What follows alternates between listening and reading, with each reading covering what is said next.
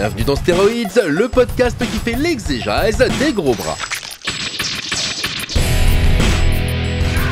Avec Stéphane Moïsakis et Mathieu Gallet. Bienvenue dans ce nouvel épisode de Stéroïdes, le podcast. Cette semaine, je suis avec Mathieu Gallet. Salut Mathieu. Salut Stéphane. Et on va parler de Piège en eau trouble. Si vous avez vu le petit poster, enfin la petite vignette qu'on met, en fait, vous avez cliqué fébrilement parce que c'est un film avec Bruce Willis, tu vois. Quand même.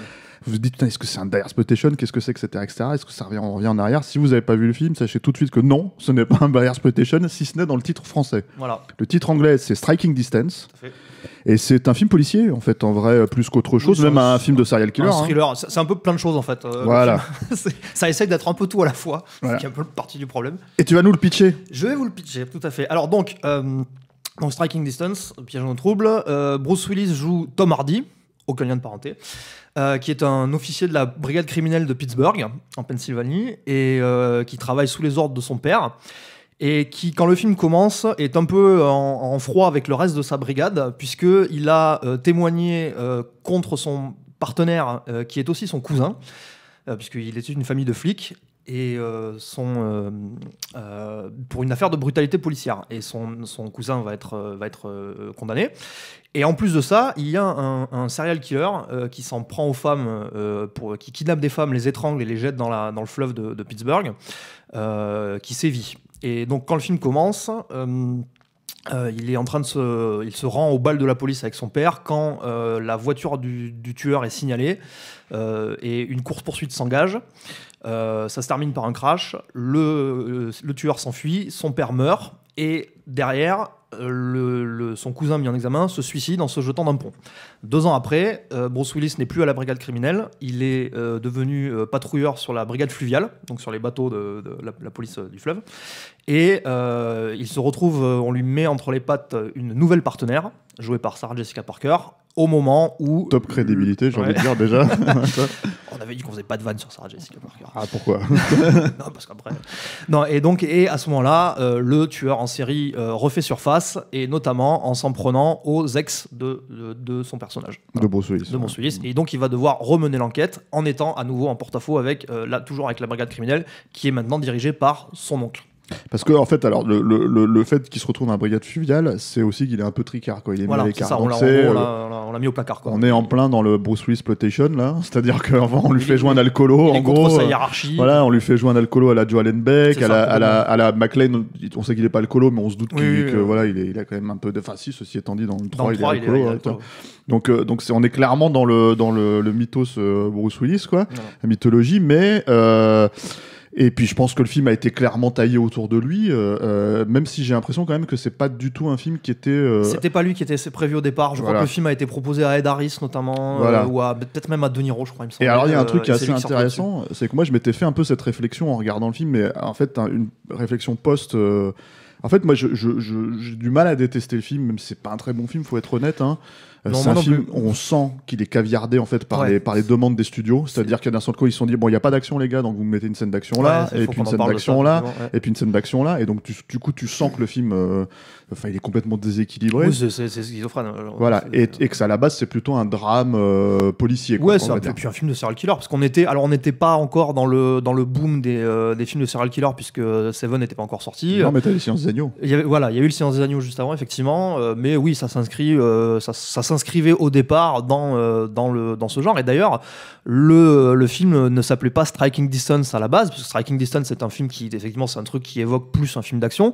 Et le film à la base avait pour titre, au moment du tournage, ça s'appelait Three Rivers, qui était en fait qui fait référence au fait que le principal fleuve de Pittsburgh naît de la confluence de 2 autres fleuves, en fait. Ouais. Voilà. C'est Mais ça. c'est un titre qui évoque effectivement plus le mystère, le suspense et des trucs comme ça, quoi. Et alors, et avec ce truc où en fait, j'avais du mal, ce que je disais, j'avais un peu du mal à détester le film parce que, encore une fois, c'est pas un bon film, hein, qu'on soit clair, mais c'est vrai que tu sentais pas. En fait, si tu veux, quand tu regardes ces films-là au moment où ça sort, par défaut, tu t'attends à voir un film d'action parce que c'est comme ça qu'ils te le vendent, mais c'est vrai que tu te rends compte que c'est un peu moins que ça et que c'est un peu. Enfin, tu vois que le film est complètement pris entre plusieurs tenailles, entre plusieurs demandes. Entre Et- 2 eaux. Voilà, bravo. Alors, on avait dit, pour le coup, on avait dit qu'on ferait pas des jeux de mots de merde Ouais, sur la j'étais flotte. obligé, là. Alors Là, attention, j'étais obligé. attention. Et du coup, en fait, rétrospectivement, moi, je comparais le film à un Copland raté. Il y a un peu de ça, ouais. Parce que, en fait, il y a une espèce de logique de drame familial. Tout à fait, oui, puisque c'est l'idée de la famille de flic où il est confronté à le rejet de sa famille parce qu'il s'est retourné contre sa famille.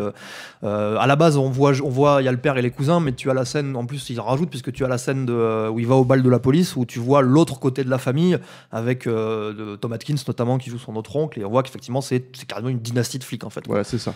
Et il y a cette logique-là un peu dans Copland, quoi. Oui. C'est la ville. La ville qui agit comme une grande famille. Il y a pas forcément c'est pas forcément un truc familial, mais en tout cas, ils ont cette logique-là avec un patriarche, avec de fonctionnement en communauté fermée, en fait. Voilà. Et du coup, en fait, tu sens... Enfin, encore une fois, Roddy Harrington n'est pas un très grand réalisateur non plus, faut être honnête, quoi. C'est le réalisateur de Roadhouse, un autre film qui s'appelait Gladiator, qui n'a rien à voir avec le film de Ridley Scott, quoi, mais qui était un truc complètement oublié, avec un des acteurs, je crois, de Twin Peaks, quoi, et que j'avais vu à l'époque, c'est pareil, avec aucun souvenir. Moi, je t'avoue qu'effectivement, Roddy Harrington, à part ces deux-là, donc les deux que tu as cités. Murder of Crows. Ben oui, je connais Murder of Crows, mais je ne l'ai jamais vu. Avec Tom Berenger, un grande star des ventes à 1 euro sur Cdiscount. C'était Cuba Gooding Jr. aussi, non, c'est ça. C'était Cuba Gooding Jr. aussi, non. Cuba Gooding Jr. et Tom Berenger, je crois, si je dis pas de bêtises, quoi. Donc ouais, non, c'est pas un très grand réalisateur, mais tu sens que je pense que c'était un film qui lui tenait un peu plus à cœur que les autres. Oui, parce que déjà il est crédité au scénario, il est co-scénariste du film, et en plus le film se passe à Pittsburgh, dont il est originaire en fait. Il vient lui-même de Pittsburgh. Et tu sens que d'ailleurs le film est assez...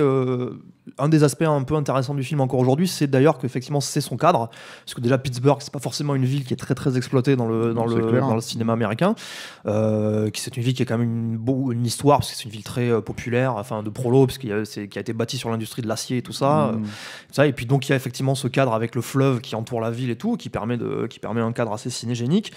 Et dans le début du film, ça marche plutôt pas mal d'ailleurs, puisqu'il exploite pas mal la topographie, notamment il y a un moment que j'ai trouvé pas mal sympa dans la scène de poursuite initiale qui est relativement correcte. Relativement, on va en parler. Mais qui est, tu as un moment où ils poursuivent le tueur et tu as cette espèce de rue en pente avec, qui est très cabossée, et tu vois donc les bagnoles qui font limite du tape-cul. Mais c'est d'ailleurs, je trouve, les plans les plus impressionnants dans la poursuite, parce que justement, moi, le problème que j'ai avec cette poursuite, c'est que le score de Brad Fiedel n'aide pas beaucoup non plus là-dessus. On dirait L'Arme Fatale. On dirait surtout une série télé des années 80, quoi. C'est-à-dire la musique, c'est-à-dire avec les riffs de guitare et tout. Et du saxo. Voilà, et en gros, si tu enlèves, on va dire, ces quelques plans où effectivement tu vois clairement en fait que les cascades sont assez impressionnantes. Et puis tu vois la topographie de la ville qui est un peu exploitée. Voilà, aussi, et t'as un cortège de bagnoles en fait, si tu veux, qui font vraiment des sauts, quoi, tu vois, les uns après les autres. C'est une coordination quand même assez costaud, quoi. À part ces plans-là, il y en a 3, 4 quand même, tu vois. Et puis t'as le crash à la fin. Ouais, oui. Bon. Mais les crashs, t'en as vu combien dans les séries télé déjà, si tu veux, donc j'allais dire dans les films de Bruce Willis. Et à part ces plans-là, je trouve qu'en fait finalement la poursuite est assez bateau, quoi. Tu vois, je te fais la blague parce que t'allais les faire, tu vois, mais en fait je le fais sur la poursuite en bagnole, donc du coup tu fais une blague. Si, est-ce que t'allais faire bateau, et puis voilà, tu vois. Donc voilà. Et après le reste, c'est que t'as aussi ça, je pense que on va dire que cette scène en soi, pour le coup, elle a un intérêt dramaturgique, puisqu'effectivement c'est à ce moment-là où, spoiler, le père de Bruce Willis meurt, quoi. Ouais. Mais ce qui lance aussi, en fait, qui déclenche l'histoire vraiment du film, quoi. L'autre truc, c'est qu'après le reste du film est caviardé de scènes d'action.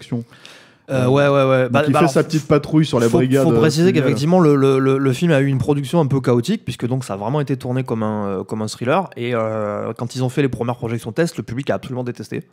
Les retours du public test étaient très très négatifs, et du coup ils ont dit il faut faire des reshoots, et du coup ça explique probablement l'aspect un peu schizo du film, et notamment effectivement cette scène d'action rajoutée en plein milieu, où tout d'un coup tu te retrouves dans du Die Hard, quoi, qui est absolument pas amené, puisque c'est genre ils sont en train de faire, comme tu disais, effectivement ils sont en train de faire la patrouille, et tout d'un coup ils remarquent le bateau là, c'est un bateau qui transporte du charbon, et il y a des trucs qui ont l'air il y a un mec, ils voient un mec en train de se faire escorter sous la menace d'un flingue, donc ils font là il se passe quelque chose, et puis hop Bruce Willis prend le shotgun et va faire le ménage sur le bateau, et c'est pas amené, la scène n'est pas en soi est pas géniale, quoi. Et en plus c'est un putain de sniper, le mec, avec son fusil à pompe, parce qu'en fait il shoot un bras il désarme un mec avec un fusil à pompe alors que t'as 3 têtes à côté, quoi, un mètre. Ouais, voilà, donc c'est assez c'est très bien pensé, mais après voilà, c'est vrai que je pense que c'est un film, alors ce film là aujourd'hui, j'ai quand même l'impression que c'est quand même une grosse star des RTL 9 et des trucs comme ça, parce que t'as quand même Bruce Willis, t'as quand même, tu vois, bon, Sarah Jessica Parker, ça compte moins évidemment dans le truc, mais ça reste quand même une star, ce qu'elle n'était pas forcément à l'époque. Hein. Elle avait fait très peu de films, en tout cas très peu, elle n'était pas encore sur Sex and the City, quoi. Donc elle n'avait pas encore façonné totalement sa persona de star, on va dire. Là, c'est pareil, c'est un emploi assez étrange parce que, comme tu me le pointais hors antenne, il y a un petit côté misogyne dans le film, voilà. Et ouais, c'est-à-dire qu'effectivement, bon, on spoil, mais effectivement, quasiment tous les personnages féminins du film meurent en fait, quoi. Il y a pas à part elle, quoi. Voilà. Et encore, même elle est menacée aussi, mais non, il y a. Bon, ça encore, voilà, ça fait partie du récit, genre, mais en fait, moi, je pensais plus à des trucs du genre Bruce Willis qui fait la moue en fait quand il voit le costume de plongeur avec des formes de seins, tu vois, où t'as envie de dire, mais enfin, ça va, gars, on était quand même dans les années 90, ça va. Oui, mais effectivement, le côté, il y a le gag sur le fait qu'au début, parce qu'elle s'appelle Jo, le J-O, et quand il voit au début le nom sur le tableau, il fait, ah tiens, j'ai un nouveau partenaire et tout, et puis évidemment, il fait la gueule quand il voit débarquer une gonzesse, quoi. Voilà, c'est ça. Donc en fait, le truc, c'est que bon, après. Mais tout de suite, il voit que en fait, elle est pas pareille parce qu'il essaie de lui faire le même coup, tu sais, où la première fois qu'on voit avec son vrai partenaire, il lui fait le coup où il démarre, qui est joué par Timothy Busfield, là, voilà, il démarre le bateau, là, voilà, il démarre le bateau et l'autre envoie la baille et il essaie de lui faire on voit qu'il prépare le même coup à Sarah Jessica Parker, mais elle pense à se sécuriser, à se tenir, donc il voit qu'il peut pas lui faire et il dit, ah, elle est maline. Voilà, je l'aime, je vais me la faire. Oui, et alors c'est tout ça le truc. Et ça d'ailleurs aussi, c'est-à-dire que pareil, le film arrive au moment où on est un peu dans la vague de thriller érotique post Basic Instinct, et t'as un moment où apparemment le studio a fait des notes genre bon, les scènes d'amour là vous me les rendez un peu plus sexy, alors même si ça reste hyper chaste, c'est très soft, ouais. C'est très très soft, mais apparemment c'était une des notes du studio de dire il faut sexiser un peu, alors, rendez-moi ça plus sexy, quoi. Quand on regarde la bande-annonce du film, on voit qu'il y a des scènes en fait qui sont coupées, qui sont pas du tout dans le film, quand tu regardes le film, les photos de production aussi, d'ailleurs j'avais regardé les photos de production sur IMDb et tu vois des trucs notamment une scène où il y a une photo où on voit Willis et Sarah Jessica Parker qui sont en train d'examiner un corps masculin qui a été tiré de la flotte. C'est pas du tout dans le film. La scène finale, il y a une photo où il est agenouillé au-dessus du corps de Dennis Farina, qui est pas dans le film non plus. Donc ça a été beaucoup remonté. Et d'ailleurs, je pense aussi que parce que les reshoots avaient eu lieu à LA en fait, et ça m'a frappé de voir que dans la deuxième moitié du film, tu perds un peu la spécificité du décor, d'ailleurs. Ça devient beaucoup plus générique en fait. Ouais, puis c'est beaucoup d'intérieur. Ouais, c'est beaucoup d'intérieur, des trucs comme ça. Et du coup, ouais, là, tu perds ce petit apport qui était le cadre de Pittsburgh. Et effectivement, c'est parce que voilà, les reshoots n'ont pas du tout eu lieu dans le truc original. Et faut savoir aussi que, donc, en plus de ça, pour ce qu'on en sait, les reshoots ont été complètement repris en main par Willis en fait, quoi. Alors ça, c'était les grosses rumeurs de l'époque. Ouais. Alors il faut recontextualiser pour Bruce Willis à cette époque-là. Globalement, au tout début des années 90, en fait, Bruce Willis c'était la star du cinéma d'action, et pas seulement en fait, puisqu'il est, contrairement à éventuellement Arnold et Sly, j'ai envie de dire dans une moindre mesure, mais Sly à l'époque. Sly parce qu'il avait en fait cette aura de Cro-Magnon, quoi. Bruce Willis avait au moins pour lui la versatilité de son jeu. Il avait ce cachet d'être un vrai acteur en plus de ça, quoi. Et en fait, malgré tout, c'est sur des films comme Die Hard et Die Hard 2 qu'il a fait vraiment son passage sur grand écran, après Moonlighting, après Clair de Lune. Et le bide en fait assez mastoc du Bûcher des Vanités, et surtout la réception en fait lui ont été très négatives. S'ajoute à ça le beat de Hudson Hawk, qui est assez monstrueux aussi, quoi. Juste après. Oui, je veux dire juste avant le film. Et le Dernier Samaritain, qui est pour le coup en fait étrangement est considéré comme un beat, mais avait été quand même un succès en fait, en vrai, parce qu'il avait été très peu vendu justement à cause de ces problématiques-là, quoi. Le Warner se disait bon, on va se planter en fait, il y a Bruce Willis, quoi, et c'est quand même un film qui avait rapporté 60 millions à l'époque, et quand tu fais un calcul en dollars constants, on est dans les 130 millions aujourd'hui, ça va, c'est pas dégueulasse, relativement à son budget en plus, voilà. Et pour un film d'action qui en plus aujourd'hui est encore très apprécié, quoi, finalement. Et malgré tout en fait Bruce Willis était plus trop en dehors de sainteté. Oui, il était un peu dans la phase, une mauvaise phase, quoi. Voilà, il était à 1 an du renouveau avec Pulp Fiction, quoi. C'est ça. Donc, malgré tout, ça l'a pas empêché de faire sa star apparemment sur le plateau, d'exiger, une moumoute. Oui, parce que c'était le début. Ah, oui.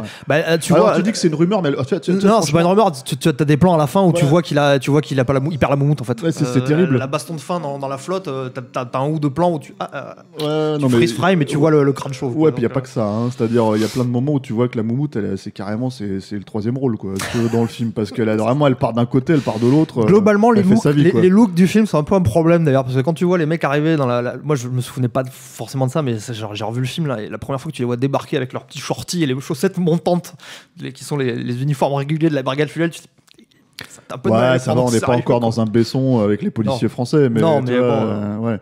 Non, et en fait, prêter un peu à sourire, quoi. Voilà, et en fait, le truc, c'est que donc oui, une des rumeurs, c'est que effectivement, Bruce Willis aurait lui-même en fait assuré les reshoots finaux à la fin. Ou au moins qu'il avait vraiment pris la main, qui semble assez évident dans les reshoots. Apparemment, les sources anonymes à l'époque disaient que c'était vraiment une affaire enfin, c'était un peu genre, comme Hudson Hawk, quoi, où il avait un peu pris la main aussi, quoi. Sauf que Hudson Hawk, c'est pas forcément vrai. En fait, le truc avec Hudson Hawk, c'est que dans ce que j'en sais, enfin de ce que pour le coup le réalisateur et le scénariste m'ont dit, c'est que quand je les ai interviewés, c'était que en gros Bruce Willis lui dirigeait, en fait, essayait de diriger les acteurs. Ce qui est un truc en fait, comment dire, où il disait il faut que par exemple il disait les Mayflower, là, les personnages de Richard Grant et Sandra Bernard, merci. En fait, si tu veux, il fallait qu'ils jouent over the top tout le temps et tout le monde n'était pas forcément d'accord. Et Bruce Willis disait si, il faut qu'il soit drôle, il faut que tout le monde soit drôle. Et en fait, le problème, c'était qu'il n'y avait pas de variante et tout, mais même si moi je ne suis pas d'accord, je trouve que c'est un classique, tu vois. Mais voilà, c'était plus ce genre de choses-là. Ouais. Et là, pour le coup, je pense qu'il agissait beaucoup plus en tant que producteur, si tu veux. Le truc c'est pas tant. Enfin, on a considéré Hudson Hawk comme un vanity project, mais je pense que c'est beaucoup plus un vanity project sur Piège dans nos troupes quelque part, dans le sens où il avait vraiment besoin de se refaire, ce qui n'a pas été le cas, quoi.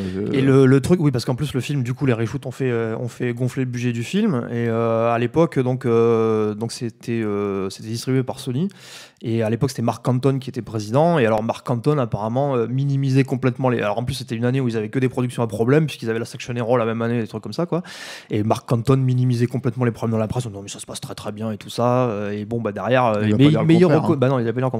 mais il reconnaissait que le film devait faire genre 30 millions de dollars, qui était quand même une petite somme à l'époque, pour rentrer dans ses frais, ce qu'il n'a pas fait. Je crois que le film a fait genre 28 millions. Après, je pense que c'est un très bon carton vidéo. Oui, un très beau produit. Oui, c'était un truc. Moi, je l'ai vu moi, je l'ai découvert en vidéo à l'époque de toute façon. Mais le fait est que donc, effectivement, donc voilà, Bruce Willis avait un peu apparemment repris la main sur le tournage. Et alors, le truc, c'est que ce qu'on en lit, c'est que Roddy Harrington était plutôt assez conciliant avec lui, quoi. Mais que derrière, ça n'a pas empêché et le défendait même. Hein. Apparemment, il défendait Bruce Willis dans la presse, ce qui n'a pas empêché Bruce Willis derrière d'aller le débiner en disant que ça avait été une catastrophe, qu'il était incompétent. Et que, voilà, mais ça, Bruce Willis, il le fait avec tout le monde. Oui, et puis Tonnerre, en plus, c'est aussi un film qu'il a défendu à l'époque dans la presse, et puis 10 ans après, il est venu dire que c'était de la merde et que ça avait été un échec. Quoi. Oui, il a beaucoup fait ça. Ouais. Non, mais c'est quelqu'un qui a du mal à assumer, surtout, on va dire, des du studio, quoi, tu vois, mais on va pas l'entendre dire du mal de Pulp Fiction, quoi. À plus forte raison, parce que je pense que pour le coup c'est un vrai film qu'il a vraiment choisi de faire avec, si tu veux, et qui pouvait représenter entre guillemets un risque à l'époque dans sa carrière, quoi, et qui s'avérait payant. Non, le souci aussi, c'est que donc tu te retrouves avec un film, comme on disait, un peu complètement schizophrène, quoi, avec des scènes complètement, enfin, je veux dire, on est replaçons le truc, en fait, on est à 2 mois après la sortie de la Station Hero. Alors non pas que la Station Hero était un carton à l'époque et qu'il était influent, si tu veux, mais c'est quand même assez marrant de se constater que quand t'as un film comme ça qui est censé être le gros carton de l'année, comme la Station Hero qui sort, et qu'en fait dans le même studio les mecs font les mêmes erreurs en fait que la Station Hero pilonne, si tu veux, dans leur propre film d'action, tu te dis qu'il y a même dans le studio ils savent pas vraiment ce qu'ils font, quoi. Notamment la façon dont il tue le tueur à la fin, où il sort son taser dans la flotte pour lui foutre dans la gueule, tu vois. Tu te dis mais ça marche comment dans votre esprit là? Vous êtes sûr que c'est physiquement possible, tu vois? C'est très très bizarre, quoi. Et pourtant, tu vois, enfin c'est des trucs où même moi à l'époque je m'étais dit mais il est complètement con ce film, quoi. Pareil, comment dire, on en parle de l'interprète du tueur. Alors oui, il faut en parler. On va être amené à en reparler d'ailleurs. Je pense, puisque il est dans un autre film dont on va parler. Ouais. C'était Robert Pastorelli, qui était connu à l'époque, je crois, parce qu'il jouait dans Murphy Brown, la série télé, avec Candice Bergen. Et il est dans Danse avec les loups. Oui, exact. Je me souviens plus. Alors, il lâche des caisses. Écoute, je l'ai pas revu depuis longtemps. Dans Danse avec les loups, c'est le mec qui l'emmène à la frontière, et en fait, en gros, à un moment donné, c'est le beauf, tu vois, et l'autre c'est le lettré, tu vois, John Dunbar, et en gros, à un moment donné, il est en train d'écrire dans son journal intime, Kevin Costner, et ils sont au coin du feu. Et Pastorelli se lève, il lui lâche une caisse dans la tronche, il lui dit mets-le dans ton Ouais, ton c'était carnet, plus quoi. un acteur, il était plus considéré comme un acteur Oui, comique, oui. quoi, de toute façon, quoi. Et donc, alors apparemment, oui, donc voilà, donc il joue, donc c'est lui qui joue le cousin de Bruce Willis, qui est donc, on spoil, hein, le tueur, qui a survécu, on sait pas comment. Là, c'est la cité de la peur. Hein, le Ah truc, oui, hein. c'est ça. Mais apparemment, on lui avait dit, vas-y à fond, quoi. Et, Ah bah ça, ouais. il tu vois, il y va à fond. Mm. Voilà. Et alors, Pastorelli, faut en parler un peu parce que c'est un mec qui a eu un destin un peu tragique. Il a été mis en accusation pour avoir tué sa copine de l'époque. Qui a été en fait apparemment il s'est suicidé chez lui et il a quand même été mis il a été soupçonné de l'avoir tué, d'avoir maquillé ça en suicide. Il a été acquitté ou pas inculpé au final, je sais plus, et malheureusement sa carrière, enfin pour lui le pauvre, sa carrière a décliné après ça et il s'est un peu enfermé dans la drogue et il est mort assez jeune il a fait une overdose de morphine, quoi, à 49 ans. À 49 ans. Et le truc, c'est que ça fait une quinzaine d'années, je crois. Oui, qu'il est c'est ça, mort, c'était à la fin des années. C'était la fin en 99, je crois. Ah ouais. Moi, il me semblait que c'était au début des milieu des Ouais, années. je sais plus, Enfin, j'ai bon, plus la date peu en tête, importe, mais oui, hein. ça c'était après ça, quoi. J'ai envie de dire, en fait, c'est quand même un peu évident, en fait, la coke, quand tu regardes le jeu du mec dans le film, quoi. Parce que c'est un des côtés complètement ridicules du film, hein. C'est-à-dire que ça fonctionne pas du tout, l'aspect serial killer. Déjà, ça fonctionne pas tellement parce que t'as pas de... Bah, c'est pas vraiment hyper posé, quoi. Alors ils essayent de... Alors tu vois qu'on est un peu dans le truc de serial killer de l'époque parce qu'ils essayent de faire un petit gimmick. Alors même si pour le coup il y a pas le truc genre sur la méthode de le tuer ou quoi que ce soit, mais il a le truc où à chaque meurtre en fait il appelle la police et il leur joue une bande d'une chanson sur le petit chaperon rouge, Little Red Riding Hood, et c'est comme ça qu'ils savent qu'il y a un meurtre, quoi, voilà. Et mais oui, le truc est pas très installé, quoi. Et de toute manière, le problème c'est que le film, ils essayent de te cacher qui est le tueur, en fait. mais pendant tout le truc. problème, c'est que le film, il n'y a pas vraiment le cast est vraiment resserré à un tel point que à part une vague fausse piste sur le personnage de Tom Sizemore, qui est donc le frère en fait du tueur et donc le cousin de Bruce Willis. T'as pas vraiment de doute sur qui ça peut être quand tu revois le film maintenant, c'est assez évident. Et le problème en plus de ça, c'est que l'aspect enquête du film est vraiment traité par-dessus la jambe, quoi. Oui, C'est-à-dire qu'à un moment, ils savent tellement plus quoi faire pour faire avancer l'enquête que c'est carrément le tueur qui vient les provoquer en balançant un truc à la flotte devant eux, quoi, tu vois. Alors c'est aussi, alors ils te disent, ils justifient ça parce que c'est genre, ah oui, mais en fait il a balancé juste un tapis, comme ça le met en porte-à-faux avec le reste de la brigade, il passe pour un con et tout ça. Le problème, c'est qu'il passe pour un con depuis le début. Oui, depuis le début, donc, il passe pour un poivreau et tout ouais. ça. Voilà, donc ça, c'est vraiment un aspect du film qui est traité par-dessous la jambe. En gros, les mecs, ils s'écrivent, comme on dit, ils se bloquent dans un coin et ils sont obligés de s'en sortir par des moyens juste absurdes, quoi. Ouais, alors, de toute façon, parce que tout simplement, en fait, le film essaye d'être quelque chose qui n'est pas, Oui. et puis etc. etc. Le point quand même sympathique, moi je trouve, du film, hein, c'est le casting. Voilà, je voulais en parler, Voilà, effectivement, qui est un bon casting de second couteau qu'on aime bien, quoi. Voilà, c'est ça, de mecs qu'on n'a plus trop l'habitude de voir aujourd'hui. Bon, Et certains qui sont morts, mais. beaucoup sont morts, malheureusement, puisqu'en ouais. plus de Pastorelli, il y a Denis Farina qui est mort en 2013, et puis il y a Brian James aussi. Brian James, alors lui, il est mort en 99 pour le 99, coup. ouais, c'est voilà, plus- mais, plus- et puis plus Brian longtemps. James qui joue l'oncle connard, comme Comme d'hab, et puis ouais, voilà, ouais. Brian James joue le rôle le rôle habituel dans les polars des années 90, du flic qui est là pour casser les couilles, qui est là pour du flic ou autre d'ailleurs, qui est là pour casser les couilles du héros et pour se prendre une mandale à la fin. Voilà, c'est ça, c'est la vengeance. Non, mais c'est-à-dire que c'est vraiment dans la lignée de William Masterson pour rester sur les films de Bruce Willis d'ailleurs, parce que c'est littéralement la même fonction que William Masterson dans Die Hard. Et Sauf que, non, excuse-moi. dans le sens où, non, mais pas la même fonction, mais je veux dire, à la fin, il se passe la même chose, quoi. William Atherton, là, tu parles du journaliste. Oui, dans Die Hard. Dans Die Hard, il fout la merde. Oui, il fout la merde. Alors que l'autre, il fait rien. Il vient juste lui casser les Il couilles. vient juste mettre des insultes, tu vois. Non, Il l'insulte. et c'est le même personnage. Oui, il se prend une mandale à la fin. T'as le même truc avec je crois que c'est le sénateur dans le dernier Samaritain, Bénard, tête ou bide, quoi, tu vois. ouais. Bam, bam. Mais c'est pareil, c'est un enjeu aussi.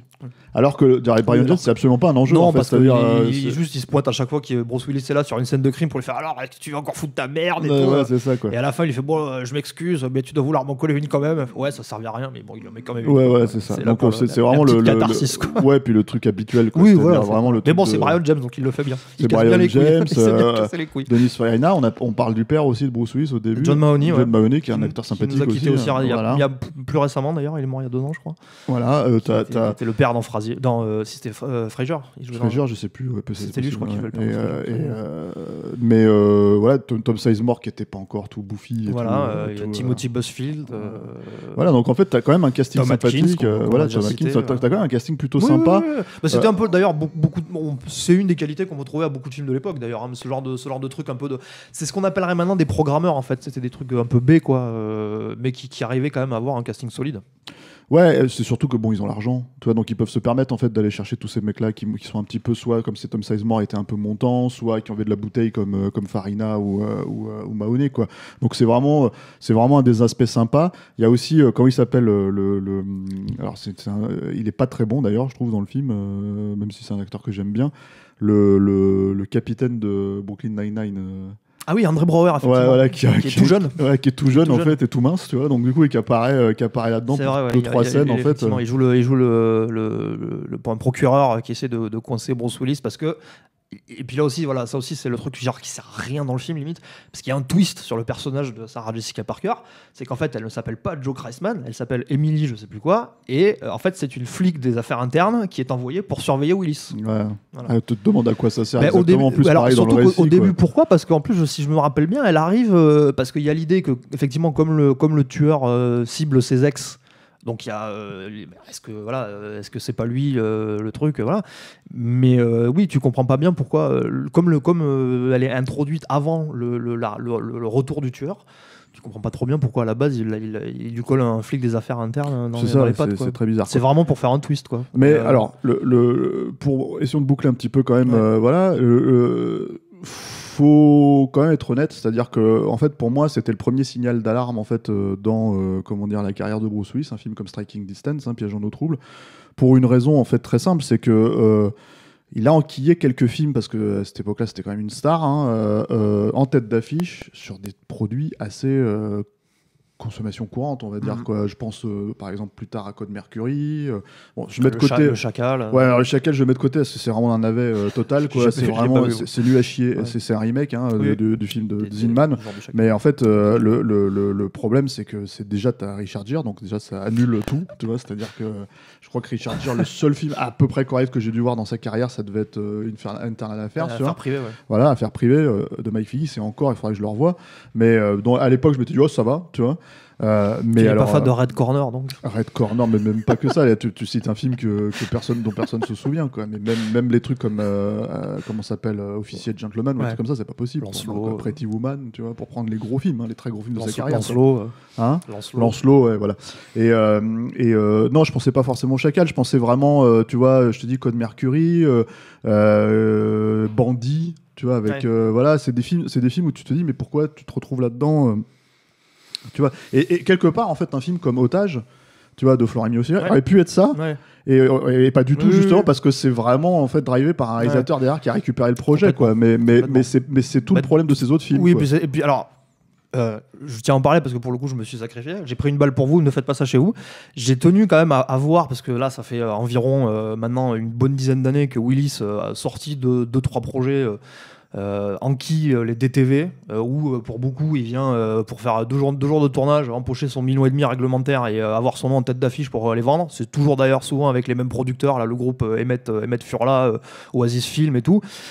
J'en ai maté 2, c'est un enfer, quoi. Il a plus rien à foutre, quoi. Tu vois littéralement sur sa gueule qu'il est là pour toucher son chèque, quoi. Enfin, il en a plus rien à foutre dans Raid non plus. Hein, oui, mais ou dans le remake de Justice dans la ville qui était nul à chier. C'est des trucs un peu plus. Mais ça encore, à la rigueur, c'est des trucs qui sont un peu plus, tu vois, on va dire à leur niveau, plus gros standing, un peu plus de standing, quoi. Alors que là, il vient littéralement. Enfin, pour moi, j'appelle ça chier sur son héritage, quoi, parce qu'il a aucune raison de le faire. Tu vois, je veux dire, c'est même pas comme si Cage, on disait ça tout à l'heure. Cage il fait n'importe quoi, mais au moins déjà lui tu sens qu'il s'amuse, qu'il s'éclate un peu, et puis on sait qu'il y avait des problèmes avec le fils, quoi, donc il a besoin de la thune. Willis, je vois pas pourquoi il va encore faire ce genre de conneries, quoi. Et la différence, ceci dit, c'est que à la rigueur, au moins dans un truc un peu mid-level comme Striking Distance, il avait l'air un peu engagé quand même, quoi. C'est-à-dire qu'on lui demande de jouer le poivreau, il joue le poivreau, quoi. Aujourd'hui, il le ferait même pas. Aujourd'hui, il le ferait même plus, quoi. Non, c'est clair qu'il se fait plus chier, mais puis en plus, c'est le mec qui a décidé qu'il avait le crâne à zéro, il le fait. Quel que soit le film, de toute façon, ça sera Bruce Willis. Concrètement, c'est vrai que ça fait 15 ans, ça fait depuis 10 ans maintenant que les films sur lesquels il a l'air d'en avoir un peu quelque chose à foutre, tu les comptes sur les doigts d'une main, quoi. En gros, t'as Otage, Looper et éventuellement Moonrise Kingdom, quoi. Mais le souci après, c'est que bon, je pense qu'il est arrivé à un stade où il a vraiment. Enfin, quand on dit qu'il en a plus rien à foutre, c'est surtout que je pense qu'il est désabusé de sa carrière. Hein, il a toujours. J'ai regardé sur MDB, il a 6 films en production ou en préparation, quoi. C'est quand tu tournes que 2 jours, ça fait 2 semaines de tournage. Hein, t'as des films où il est littéralement au téléphone tout le temps, quoi. T'as des trucs où il n'a pas la moindre interaction avec les autres acteurs. Ça se trouve, en fait, il est au téléphone juste parce que, en gros, il était en train de recevoir ses coups de fil et ils se sont dit, bon, on va le filmer là, tu vois. Non, voilà, mais franchement, c'est triste. Hein. C'est triste. Après, voilà, le truc, c'est qu'à un moment donné, je pense qu'il s'était totalement enfermé dans son rôle aussi. Si tu veux, quand tu regardes, c'est pour ça que je dis que c'est quand même un des premiers pas à Striking Distance quelque part. C'est-à-dire que tu sens que même s'il était impliqué, parce qu'il était plus jeune et peut-être plus fringant, on va dire. Bon, voilà. Enfin, au final, c'est pas. Aujourd'hui, c'est un film qui ferait sans Moumoud, justement. Voilà. C'est le ça. niveau d'implication. Et pas dans le rôle principal. Alors, un dernier truc pour finir. Ouais. Il faut parler de la tagline. Voilà, la tagline, plus belle tagline de l'histoire du cinéma. C'est magnifique. Alors, on l'a fait en français ou en anglais ? Alors, on l'a fait en français pour que les gens comprennent déjà. Alors, donc, la tagline du film, c'est quand même il ne fallait pas le mettre à l'eau s'il ne voulait pas qu'il fasse de vagues. Voilà, c'est ça. Voilà. Ce qui est quand même, ils en étaient tellement fiers qu'ils l'ont mis dans la bande-annonce, sur l'affiche, partout, quoi. Et il faut quand même avouer que c'est un. Ça claque. Ouais, ça envoie. C'est un bon jeu de mots. Si tu sais pas du tout que ça se passe sur l'eau, tu fais, mais de quoi il parle ? C'est très bien adapté d'ailleurs, parce que c'est littéralement en anglais, c'était They shouldn't have put him in the water if they didn't want him to make waves. Ouais, voilà, mais le truc, c'est que. Alors, ce qui est drôle là-dedans, c'est que, bon, encore les titres français, Piège en eau trouble, tu te dirais, tiens. Oui, bah c'est clairement. Ça pourrait se passer, ça se passe sur l'eau, tu vois. Le titre anglais, américain, original. Non, ah oui, donc j'avoue que Three Rivers, ça aurait fonctionné. Voilà, aussi. Three Rivers, c'était beaucoup plus adapté, quoi. Voilà, il reste d'ailleurs une référence à ça dans le film, puisque le bateau de son père qui prend s'appelle le Three Rivers, d'ailleurs. Ouais. Voilà. Moi, je voulais quand même signaler, il y a un plan que je trouve assez sympa dans le film, c'est le plan d'ouverture. Où en fait c'est une voiture qui arrive, qui se rapproche de la caméra en gros plan, et t'as l'impression que c'est une voiture de flic. Elle arrive du fond de l'écran et elle arrive vers la caméra en gros plan, donc tu penses tout phare allumé avec le gyrophare et tout. Et là t'as l'apparition du titre sur un coup d'éclair, et en fait la caméra fait un dézoom et tu te rends compte que c'était pas une vraie voiture, c'était une voiture téléguidée en fait. Coup d'éclair du taser du tueur. Attention, c'est le concept. Mais oui, alors ça, après... ce plan-là est sympa, tu vois. Tu dis, ça pose un peu une ambiance. Bon après derrière. Tu sais, enfin je sais pas, moi à l'époque les trucs avec le tueur de Dirty Harry dans le 5 là qui utilise une bagnole télécommandée aussi, c'était déjà ridicule. Donc en fait, je comprends pas moi ce genre de truc. C'est-à-dire que le plan en soi tu peux le trouver sympa, mais le modus operandi du tueur il est complètement. Non mais en plus, alors non pour le coup ça ne sert à rien. C'est juste qu'après ils s'en servent pour dévoiler. Tu suis la caméra suit le parcours de la petite voiture et ça dévoile la femme. Parce que Mathieu, le corps de la femme, le tueur est un flic. Oui, voilà. C'est ça. D'ailleurs c'est la théorie, c'est ça. Dans le film c'est Bruce Willis qui est le seul à théoriser que le tueur est un flic. Et le tueur est un flic. Et il avait raison depuis le début. Donc on vous a tous spoilé. Ouais, bon, je pense que c'est réglé. Mais je pense qu'en vrai, en fait, les gens qui écoutent Stéroïdes, ils ont vu un Piège en eau trouble. Voilà, ils sont en train de pester parce qu'on a finalement assez tabassé le film pour ça. Mais après, moi, ça se revoit. C'est pas honnêtement, je vous dis, pour avoir comparé avec ce qu'il fait maintenant. Ouais, mais là, il faut pas comparer avec ça. Ça reste regardable. C'est pas parce que c'est sur Amazon Prime ou je sais pas quoi qu'il faut se taper ça non plus, quoi. Tu vois. Ne faites pas ça. Ne faites pas ça chez vous. Regardez un Marvel, je sais pas quoi. Bref. Non mais d'ailleurs, c'est ce qui est drôle en fait, c'est que c'est un mec comme Bruce Willis, il pourrait très bien faire les seconds rôles dans Marvel, les trucs comme ça. Arnold, il a fait G.I. Joe. Il a fait G.I. Joe 2. Ouais, mais G.I. Joe 2 c'était encore ailleurs, si tu veux. Mais je parle vraiment en fait ils sont tellement de stars finalement chez Marvel. Regarde, ils ont même chopé Stallone à un moment donné. Ils ont chopé, tu vois, Arnold. Je comprends même pas qu'il soit pas là-dedans non plus, tu vois. C'est des trucs où au lieu de faire des DTV pourris, tu vois, sur la base de leur gloire d'il y a 20 ans. Au moins ils font des seconds rôles. Je dis pas que pour moi je préfère qu'ils fassent rien à ce stade-là, mais en fait ce que je veux dire par là c'est que ça me semble plus cohérent en termes de plan de carrière si tu veux, et surtout que je suis sûr que même là on va pas leur demander de se fouler le cul, quoi. Donc Stallone on lui demande pas trop de se fouler quand il est dans les Gardiens de la Galaxie 2, il a pas un rôle qui lui demande des trucs physiques. Donc c'est très étonnant, je trouve, que ces mecs là qui ont quand même été des putains de gros stars en fait dans les années 80-90 en fait et pas ce réflexe en fait de proposer leur service pour ce genre de projet aujourd'hui. Ça serait limite je sais que ça serait limite moins triste que de les voir faire ce qu'ils font maintenant, quoi, parce que des TV pourris, ça c'est sûr. Parce que Willis c'est vraiment le plus triste, on aura c'est celui qui en a le plus rien à foutre. Déjà il en fait le plus, et puis effectivement c'est même pas des trucs où on en parlera peut-être dans un épisode sur Arnold, mais t'as l'impression que même si Arnold ces trucs sortent en vidéo, il essaie de se donner un peu des challenges, quoi, tu vois, de jouer des drames ou des trucs comme ça. Alors ça marche pas, mais il est pas en train d'essayer de capitaliser sur sa gloire passée pour juste faire un peu des quand trucs. même, Ouais, Enfin, un peu quand tu le même, vois mais- sur internet en train de sortir ses Oui, punchlines, ça, tu c'est vois, autre chose. Ça, sur YouTube, c'est un peu autre chaud. chose, quand même, mais un peu. ça, c'est encore autre chose. Mais je parle de quand il fait des films. Mais ce n'est pas un podcast sur Arnold, Non, c'est un on en podcast sur parlera. Bruce C'est pour ça que j'ai Willis. dit qu'on en Voilà. parlera d'autres fois. Et en fait, on va s'arrêter là. Hein. Bah, je pense oui, qu'on je a pense plus ou qu'on moins a quand même fait le tour du projet. Ouais. Merci Mathieu. Merci Stéphane. Merci à nos auditeurs, merci Alain, merci à la technique. Merci, je n'oublie Alain. pas de remercier. Si vous voulez nous soutenir, tipeee.com, mot-clé Capture Mag, c'est 3 E pour Tipeee. Vous pouvez nous écouter sur les agrégateurs de podcasts habituels. On va essayer de J'aime revenir. beaucoup Je ce sais mot, pas si ça agrégateur. sera le cas. On va essayer de revenir quand même avec une vidéo stéroïde parce que ça fait un moment qu'on en a pas fait. Puis moi, je vous dis à la prochaine avec un prochain film. Salut.